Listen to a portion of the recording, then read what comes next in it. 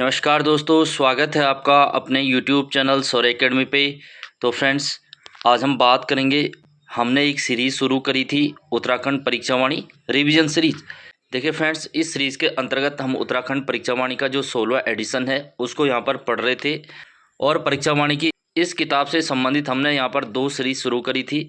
एक तो single liner question series और दूसरी सीरीज़ के अंतर्गत जो चैप्टर हैं या अध्याय हैं उनको हम पढ़ रहे थे। देखिए फ्रेंड्स, आज की जो क्लास है अध्याय 3 यानी कि उत्तराखंड ऐतिहासिक एक अध्ययन, इसके अंतर्गत भाग 3 हम यहाँ पर लेके आए हैं। यानी कि उत्तराखंड के इतिहास से संबंधित जो परीक्षावाणी के अंदर अध्याय दिया गया है उसको हम यहाँ पर पढ़ेंगे। इसकी हमने 2 क्लासें पढ़ ली थी। जिन लोगों ने नहीं देखी है प्लेलिस्ट में जाकर देख सकते हैं, या लिंक मैंने डिस्क्रिप्शन बॉक्स में दी है, वहाँ से भी आप डायरेक्ट क्लास में जा सकते हैं। तो चलिए फ्रेंड्स, शुरू करते हैं। जिन्होंने अभी तक सब्सक्राइब नहीं किया है वो कर लीजिए, और साथ ही साथ हमारे टेलीग्राम ग्रुप से जुड़ने के लिए लिंक मैंने डिस्क्रिप्शन बॉक्स में दिया है। देखिए फ्रेंड्स, आज की जो क्लास होगी कत्यूरी राजवंश या कार्तिकेयपुर राजवंश की स्थापना से संबंधित होगी। इससे पहले हमने जो लास्ट पढ़ा था चौहान नरेश विग्रह राज, इसी के साथ साथ तोमर राजाओं ने उत्तराखंड पर शासन किया और कुछ क्षेत्रों पर कब्जा कर लिया, इतना हो गया था। आज इससे आगे पढ़ेंगे, यानी कि जो कार्तिकेयपुर राजवंश है या कत्यूरी राजवंश है, इसको हम पढ़ते हुए चलेंगे। आज का जो फर्स्ट पॉइंट है, हर्ष की मृत्यु के बाद उत्तराखंड में उत्पन्न अराजकता की स्थिति की समाप्ति 700 ईस्वी में कार्तिकेयपुर राजवंश की स्थापना के साथ हुई। हमने लास्ट पढ़ाया था जो भारत का सर्वोत्तम शासक था हर्षवर्धन था। जैसे ही इनकी मृत्यु होती है तो उत्तराखंड का जो क्षेत्र है वहाँ पर बहुराजकता फैल जाती है। बहुराजकता यानी कि जो राज्य है बहुत सारे छोटे छोटे राज्यों में बढ़ जाता है। छोटे छोटे जो कबीले हैं वो अपने आप को स्वतंत्र घोषित करते हैं। उन्हीं में से एक राजवंश हुआ है कार्तिकेयपुर राजवंश। जैसे ही इसकी सत्ता उत्तराखंड में स्थापित होगी, फिर से गढ़वाल क्षेत्र में इनका शासन होगा, कुमाऊं के क्षेत्र में भी इनका शासन होगा। तो ये लोग भी उत्तराखंड को एक करने की कोशिश करते हैं, अपना साम्राज्य विस्तार करते हैं। तो इनकी स्थापना होती है 700 ईस्वी में। तो कार्तिकेयपुर राजवंश की स्थापना 700 ईस्वी में होती है और इनकी राजधानी है चमोली के जोशीमठ के निकट कार्तिकेयपुर नगर है, वहीं पर इनकी राजधानी थी, इसलिए इनका नाम कार्तिकेयपुर पड़ता है। देखिए फ्रेंड, इस वंश की स्थापना की बात करें तो इस वंश की स्थापना बसंत देव ने की थी। बसंत देव, ये भी आपको याद रखना है। नेक्स्ट पॉइंट है, प्रारंभ में 300 वर्षों तक इस राजवंश की राजधानी जोशीमठ के निकट कार्तिकेयपुर नामक नगर पर रही थी। जैसा कि मैंने बताया है, इसी कारण इसका नाम कार्तिकेयपुर हो गया। और बाद में इनकी राजधानी अल्मोड़ा के कत्यूर घाटी और बागेश्वर जो बैजनाथ मंदिर या स्थान है उसी के निकट इन्होंने स्थापित की, जिसको कहा गया कत्यूर घाटी। देखिए फ्रेंड, कत्यूर घाटी में होने के कारण इनका नाम क्या हो गया, कत्यूरी वंश। और कार्तिकेयपुर में रहने के कारण इन्हीं का नाम था कार्तिकेयपुर राजवंश। तो कत्यूरी राजवंश और कार्तिकेयपुर राजवंश एक ही है। नेक्स्ट पॉइंट है, 700 ईस्वी से लेकर लगभग 1030 ईस्वी तक इस राजवंश के 3 परिवारों ने यहाँ पर शासन किया है। देखिए फ्रेंड, कहने का अर्थ है 700 से लेकर 1025 ईस्वी तक जो कार्तिकेयपुर नगर था वो शुरुआत के 3 परिवारों की राजधानी रही है। और उन 3 परिवारों में टोटल 14 नरेश हुए हैं, ये भी आपको याद रखना है। शुरुआत के 3 परिवारों के 14 शासकों ने कहाँ पर शासन किया है, तो चमोली के कार्तिकेयपुर में किया है। और उसके बाद जो राजधानी है वो बैजनाथ कत्यूर घाटी ट्रांसफ़र हो जाती है। इसी के साथ कत्यूरों का पतन शुरू होता है और कत्यूरी जो राज्य है अनेक छोटे छोटे भागों में बंट जाता है। जैसे कि अस्कोट क्षेत्र है, काली कुमाऊं क्षेत्र है यानी कि जो चंपावत वाला क्षेत्र है, कुछ लोग बैजनाथ में ही रह जाते हैं, कुछ जोशीमठ के अंदर है, कुछ अल्मोड़ा में निवास करते हैं, कुछ पिथौरागढ़ के अंदर निवास करते हैं। तो इस प्रकार से अनेक भागों में टूट जाते हैं। देखिए फ्रेंड, इस वंश से संबंधित जो हमें प्रमाण है वो कहाँ से प्राप्त होते हैं उनके बारे में पढ़ेंगे। इस राजवंश का इतिहास इनके बागेश्वर, कंडारा, पांडकेश्वर, बैजनाथ आदि स्थानों से इनकी कुटिला लिपि में लिखे गए जो लेख हैं या फिर ताम्रपत्र हैं, इनके आधार पर इनका इतिहास मिलता है। तो कत्यूरों के अभिलेख कहाँ से प्राप्त हुए, तो बागेश्वर से हुआ है, कंडारा से हुआ है, पांडकेश्वर चमोली से हुआ है, बैजनाथ जहाँ इनकी राजधानी रही है तो वहीं से हुआ है। तो किस लिपि में प्राप्त हुआ है, तो कुटिला लिपि में प्राप्त हुए हैं। देखिए फ्रेंड, साथ ही साथ आपको ये भी याद रखना है कत्यूरियों की जो सरकारी भाषा थी वो संस्कृत थी, संस्कृत, जबकि जो लोकल लैंग्वेज थी, आम बोलचाल की भाषा थी, वो पाली थी। ये आपको याद रखने हैं दोनों। और लिपि क्या थी, कुटिला थी। देखिए फ्रेंड, इनके प्रमाण या साक्ष्यों के आधार पर इस राजवंश को उत्तराखंड का प्रथम ऐतिहासिक राजवंश भी कहा जाता है। तो उत्तराखंड का पहला ऐतिहासिक राजवंश कौन सा था, तो कत्यूरी राजवंश था या कार्तिकेयपुर राजवंश था। नेक्स्ट है, एटकिंसन के अनुसार कार्तिकेयपुर राज्य की सीमा उत्तर में तिब्बत कैलाश, पश्चिम में सतलज, पूर्व में गंडकी नदी तथा दक्षिण में रोहिलखंड यहाँ तक विस्तृत थी। यानी कि इन्होंने पूरे मध्य हिमालयी भाग पर अपना शासन किया था। नेक्स्ट पॉइंट है, बागेश्वर लेख के अनुसार इस राजवंश के प्रथम परिवार या वंश का संस्थापक कौन था? तो बसंत देव था। बसंत देव ने ही कार्तिकेयपुर राजवंश की स्थापना की है और ये बसंत देव ही पहला शासक था जिसने परम भट्टारक महाराजाधिराज परमेश्वर की उपाधि धारण की थी। तो ये उपाधि धारण करने वाला पहला कत्यूरी नरेश कौन सा था? तो बसंत देव था। देखिए फ्रेंड, बागेश्वर शिलालेख में एक वर्णन और मिलता है कि बसंत देव ने बागेश्वर के समीप जो स्वर्णेश्वर गांव है ये एक मंदिर को दान में दिया था। तो बागेश्वर के निकट स्वर्णेश्वर गांव मंदिर को दान किसने दिया? तो बसंत देव ने दिया है। नेक्स्ट पॉइंट है, बागेश्वर लेख में राजा बसंत देव के बाद शासक का नाम स्पष्ट नहीं है, लेकिन इसके बाद खरपड़ देव का नाम आता है जो कि खरपड़ देव वंश की स्थापना करता है, यानी कि अपने नाम से कत्यूरियों को आगे बढ़ाता है। देखिए फ्रेंड, एक कश्मीरी इतिहासकार है कल्हड़ और इनके द्वारा लिखित एक पुस्तक है, एक ग्रंथ है राजतरंगिणी, जो कि कश्मीर के इतिहास के बारे में बताता है। और कल्हड़ ने इस राजतरंगिणी ग्रंथ में बताया है कि जो कश्मीरी शासक ललितादित्य मुक्तापीठ है इसके द्वारा गढ़वाल को विजित किया गया था, यानी कि गढ़वाल क्षेत्र को जीता गया था। तो उत्तराखंड को किस कश्मीरी शासक ने जीता है? तो ललितादित्य मुक्तापीठ ने जीता है। इसकी जानकारी हमें कल्हड़ की पुस्तक राजतरंगिणी से मिलती है जिसमें कि कश्मीर के इतिहास का वर्णन है। नेक्स्ट है, इसी समय खरपड़ देव ने कार्तिकेयपुर पर कब्जा कर नई राजवंश की स्थापना की थी। यानी कि जब ललितादित्य मुक्तापीठ ने उत्तराखंड पर आक्रमण किया और इस क्षेत्र को जीता था, जैसे ही ये यहाँ से वापस चले जाएगा तो यहाँ पर जो खरपड़ देव है ये अपने नाम से नई राजवंश की स्थापना करता है, खरपड़ देव वंश। देखिए फ्रेंड, ये सारे कत्यूरी शासक हुए हैं, अपने अपने नाम से इन्होंने वंश चलाए हैं, इसलिए इनको पहला परिवार, दूसरा परिवार, तीसरा परिवार ऐसे बांटा गया है। नेक्स्ट पॉइंट है, जो राजा खरपड़ देव था वो कन्नौज के शासक यशोवर्मन का समकालीन शासक था। जिस समय कन्नौज यानी कि मालवा में यशोवर्मन का शासन था उसी समय उत्तराखंड पर खरपड़ देव का शासन था। नेक्स्ट पॉइंट है, इसके पश्चात इसका पुत्र कल्याणराज शासक बना, यानी कि खरपड़ देव के बाद इसका पुत्र कल्याणराज था वो शासक बना। जो कल्याणराज है इसकी पत्नी का नाम भी हमें मिलता है जिनका नाम था महारानी लद्दा देवी। तो महारानी लद्दा देवी किसकी पत्नी का नाम था? तो कल्याणराज की पत्नी का नाम था। देखिए फ्रेंड, खरपड़ देव वंश का अंतिम जो शासक हमें प्राप्त होता है तो उसका पोता त्रिभुवनराज था। उसका पोता यानी कि खरपड़ देव का पोता त्रिभुवनराज का नाम प्राप्त होता है, जिसका एक शिलालेख मिलता है बागेश्वर के बैजनाथ मंदिर से। इसने भी अपने पूर्वजों की भांति यानी कि बसंत देव की भांति परम भट्टारक महाराजाधिराज की उपाधि धारण की थी। तो दूसरा शासक कौन है जिसने परम भट्टारक महाराजाधिराज की उपाधि धारण की? तो त्रिभुवनराज था। देखिए फ्रेंड, यही त्रिभुवनराज कहता है कि हमारे वंश का संस्थापक कौन था? तो वसंत देव था। इसी के आधार पर माना गया है वसंत देव ने कत्यूरी राजवंश की स्थापना की होगी। जो त्रिभुवनराज है इसने किसी किरात पुत्र के साथ संधि की है और व्याघ्रेश्वर देवता मंदिर को भूमि दान दी है। देखिए फ्रेंड, एक अभिलेख हमें और प्राप्त होता है नालंदा अभिलेख, जो कि बंगाल के पाल शासक धर्मपाल का है। और इसमें धर्मपाल बताते हैं कि इन्होंने गढ़वाल पर आक्रमण किया था और इस क्षेत्र के कुछ भागों पर अधिकार किया था। और इसी आक्रमण के बाद जो कार्तिकपुर राज्य में खरपड़ देव वंश है इसके स्थान पर निम्बर वंश की स्थापना हुई थी, यानी कि तीसरे परिवार की यहाँ पर स्थापना होती है निम्बर वंश। ये किस समय हुआ था? तो जब बंगाल के पाल शासक धर्मपाल ने यहाँ पर आक्रमण किया था। नेक्स्ट पॉइंट है, जो निम्बर था उसने पालों से संधि की थी, यानी कि जो पाल नरेश हैं बंगाल के शासक हैं उनके साथ संधि का विवरण मिलता है। देखिए फ्रेंड्स, जो निम्बर था वो शैव मतावलंबी था, यानी कि शैव धर्म को मानने वाला था, भगवान शिव को मानने वाले शैव कहलाते हैं। और इसी ने जागेश्वर में विमानों का निर्माण भी करवाया था। देखिए फ्रेंड, निम्बर के बाद उसका पुत्र इष्टगणदेव शासक बनता है और कार्तिकेयपुर राजवंश का यह पहला शासक था, यानी कि इष्टगणदेव पहला शासक था जिसने समस्त उत्तराखंड को एक सूत्र में बांधने का प्रयास किया। एक सूत्र में बांधने का यानी कि पूरे उत्तराखंड को एकीकरण करके उस पर शासन करने का प्रयास किया है। तो वो कौन सा पहला शासक था? तो निम्बर पुत्र इष्टगण देव था। देखिए फ्रेंड, जो इष्टगण देव था यह भी अपने पिता की तरह शैव था, यानी कि भगवान शिव को मानने वाला था, शैव धर्म से संबंधित था। और इसने जागेश्वर जो कि अल्मोड़ा में है यहाँ पर नवदुर्गा, महिषमर्दिनी, लकुलीश, नटराज आदि मंदिरों का निर्माण करवाया था। तो जागेश्वर में नवदुर्गा, महिषमर्दिनी, लकुलीश, नटराज आदि के मंदिरों का निर्माण किसने करवाया? तो निम्बर के पुत्र इष्टगण देव ने करवाया था। ये भी आपको याद रखना है, इंपॉर्टेंट पॉइंट है।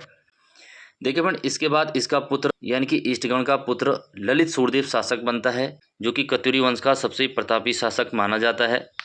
सबसे महान शासकों में इनकी गिनती होती है। नेक्स्ट पॉइंट है पांडुकेश्वर। जो ताम्रपत्र हमें प्राप्त हुआ है पांडुकेश्वर चमोली में है। देखिए फ्रेंड, इस ताम्रपत्र में कली कलंक पंक में मग्न धरती के उद्धार के लिए भरावतार बताया गया है। और किसे बताया गया है? तो ललित सूर्यदेव को बताया गया है। ये भी आपको याद रखना है। पांडुकेश्वर ताम्रपत्र किसका है? तो ललित सूर्यदेव का है।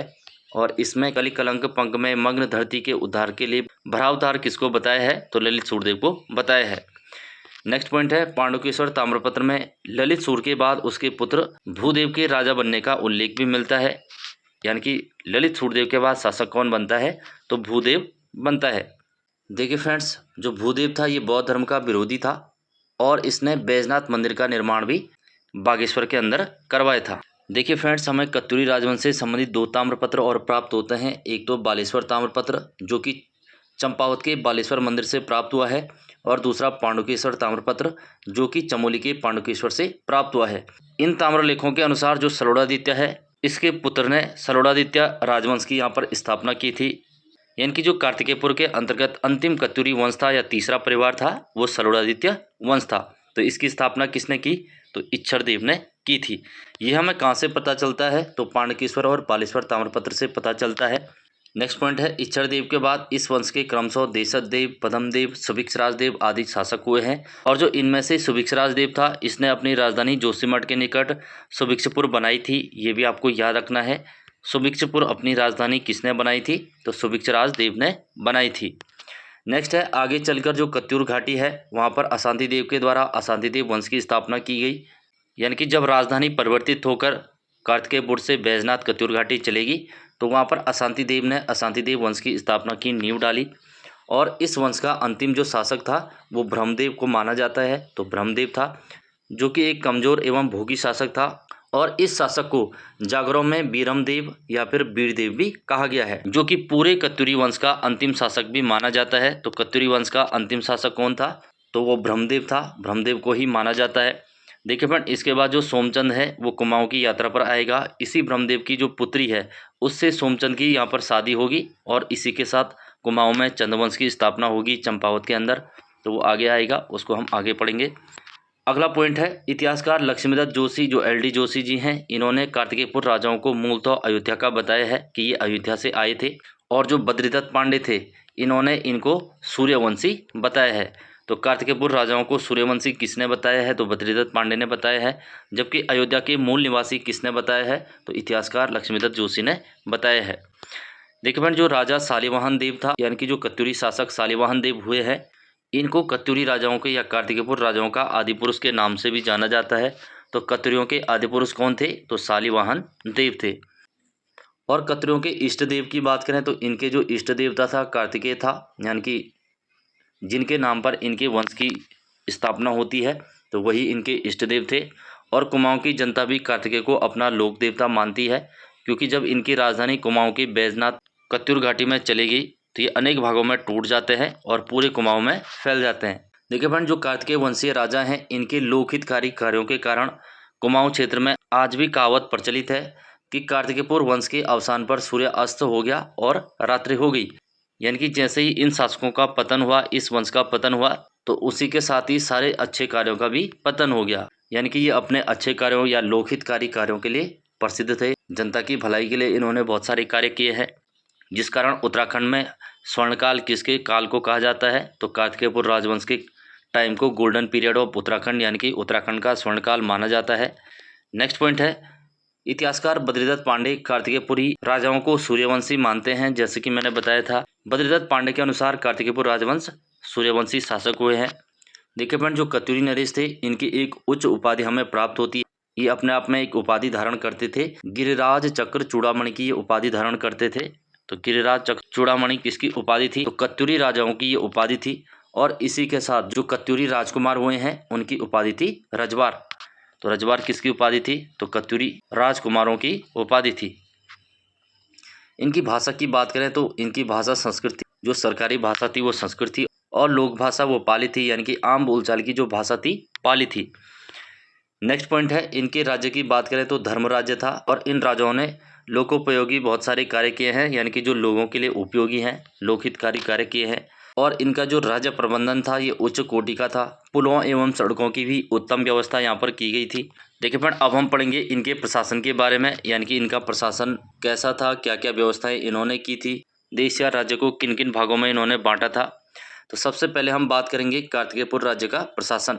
प्रशासन यहाँ पर 3 भागों में विभक्त था, जिसमें प्रशासन की सबसे बड़ी इकाई राज्य थी और राज्य किसके अधीन होता था, नरेश के अधीन होता था। यानी कि सबसे बड़ा जो यहाँ पर माना जाएगा वो राजा ही माना जाएगा। राजा के नीचे होता था राज्य या फिर देश। इसके बाद इनके राज्यों की बात करें तो इनके राज्य अनेक प्रांतों में विभक्त थे, जिनका प्रशासक उपरिक या राज्यपाल कहलाता था। यानी कि राज्य या देश किस में बटा होता था, अनेक प्रांतों में बटा होता था। और प्रांतों का जो शासक होता था उसको उपरिक या फिर राज्यपाल कहते थे। और जो प्रांत है वो जिलों में विभाजित थे और जिलों के मुखिया को कहते थे विषयपति, क्योंकि जिले को कहा गया है विषय और विषय का शासक होता था विषयपति। जो डीएम होता है या कलेक्टर होता है उसी को कहा गया है विषयपति।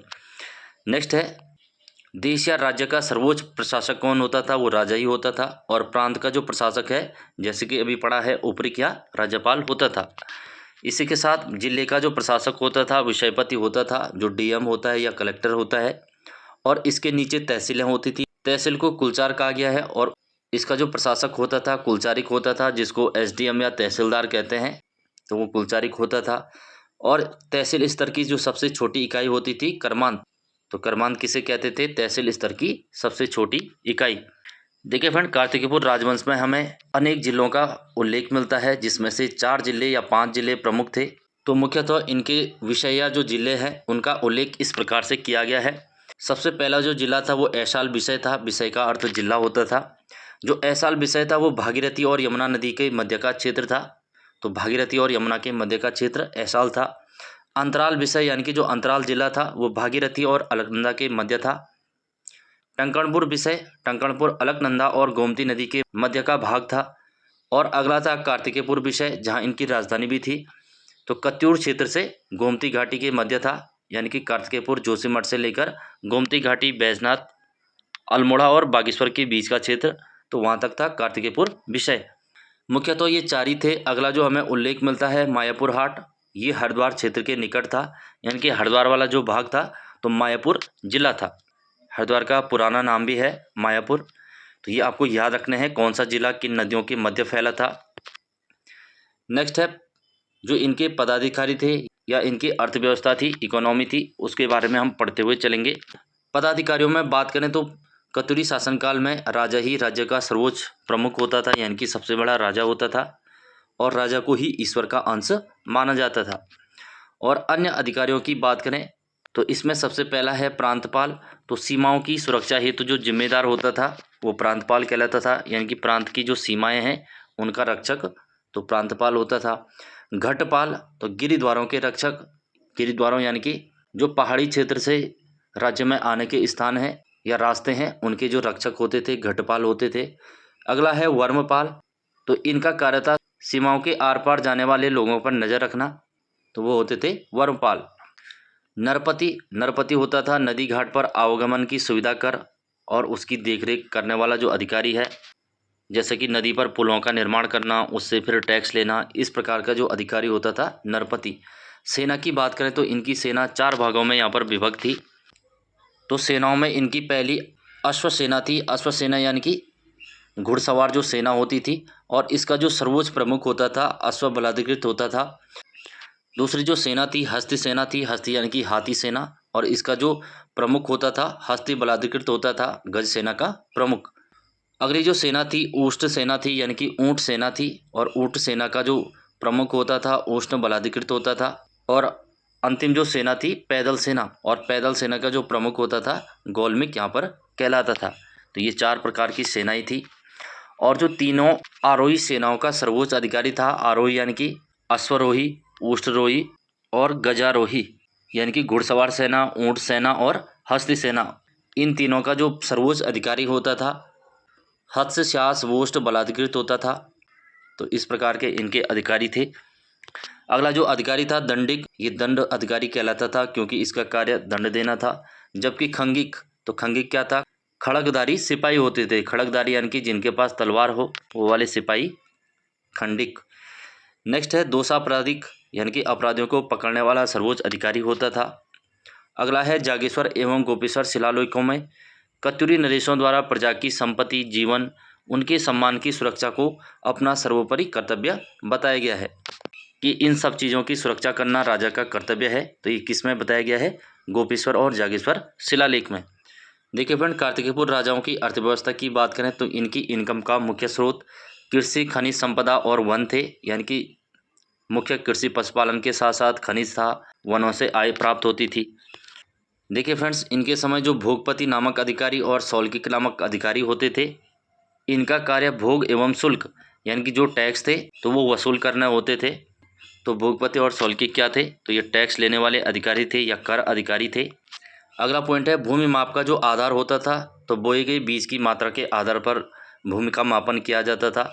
एक नाली भूमि 9 पाते के बराबर होती थी, जिसमें 2 सेर बीज का उपयोग किया जाता था। तो यानी कि भूमि का नाप बीजों के आधार पर किया जाता था जो बोए गए बीज हैं। अगला जो अधिकारी मिलता है क्षेत्रपाल। क्षेत्रपाल नामक अधिकारी राज्य में कृषि उन्नति के लिए जिम्मेदार होता था। यानी कि कृषि का सबसे बड़ा अधिकारी है क्षेत्रपाल। प्रभावतार, तो प्रभावतार का कार्य होता था कार्य भूमि की पैमाइश करना। यानी कि कृषि क्षेत्र की जो भूमि है उसको नापने वाला अधिकारी कौन होता था? प्रभावतार होता था। अगला है औपचारिक या पटकोषचारिक। तो इसका कार्य था भू अभिलेख को अपने पास रखना। यानी कि भू अभिलेख रखने वाला अधिकारी कौन था? औपचारिक।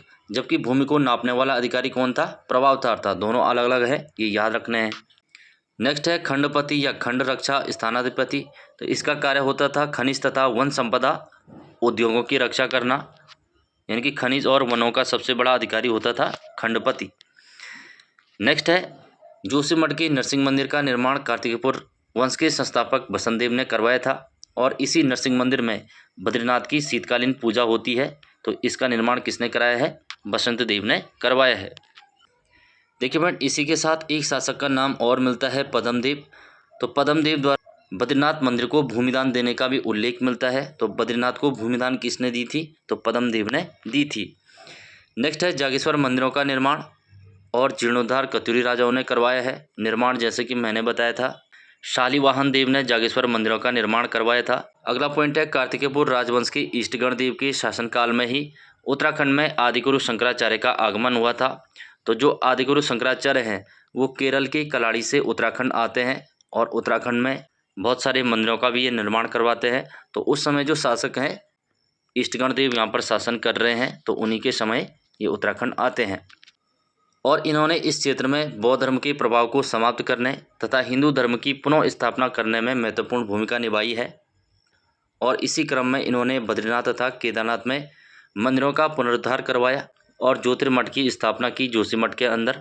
और केदारनाथ में शिव के 12 ज्योतिर्लिंगों में से एक ज्योतिर्लिंग की स्थापना की और 820 ईस्वी में केदारनाथ में इनकी मृत्यु हो गई थी। तो शंकराचार्य की मृत्यु कहाँ पर हुई? तो केदारनाथ में हुई। कब हुई? तो 820 ईस्वी में हुई, 32 वर्ष की अवस्था में। कहाँ से ये आए थे? तो केरल के कलाड़ी से आए थे ईष्टगण देव के समय। यानी कि कत्यूरी शासक थे ईष्टगण देव। तो फ्रेंड्स, ये थे कत्यूरी वंश से संबंधित जो तथ्य हैं इनको हमने यहाँ पर पढ़ा है। इस क्लास को यहीं पर समाप्त करते हैं। जिन्होंने अभी तक सब्सक्राइब नहीं किया है वो कर लीजिए। साथ ही साथ हमारे टेलीग्राम ग्रुप से जुड़ने के लिए लिंक मैंने डिस्क्रिप्शन बॉक्स में दिया है। जो अगली हमारी क्लास होगी ऐतिहासिक काल के अंतर्गत मध्यकाल यानी कि मिडेवल जो हिस्ट्री है उसको यहाँ पर पढ़ेंगे। कैसे करके कुमाऊं में चंद्रवंश की स्थापना होती है, कौन इस वंश की स्थापना करता है, इसके बारे में हम अगली क्लास में पढ़ेंगे। Thank you for watching. मिलते हैं अगली क्लास में।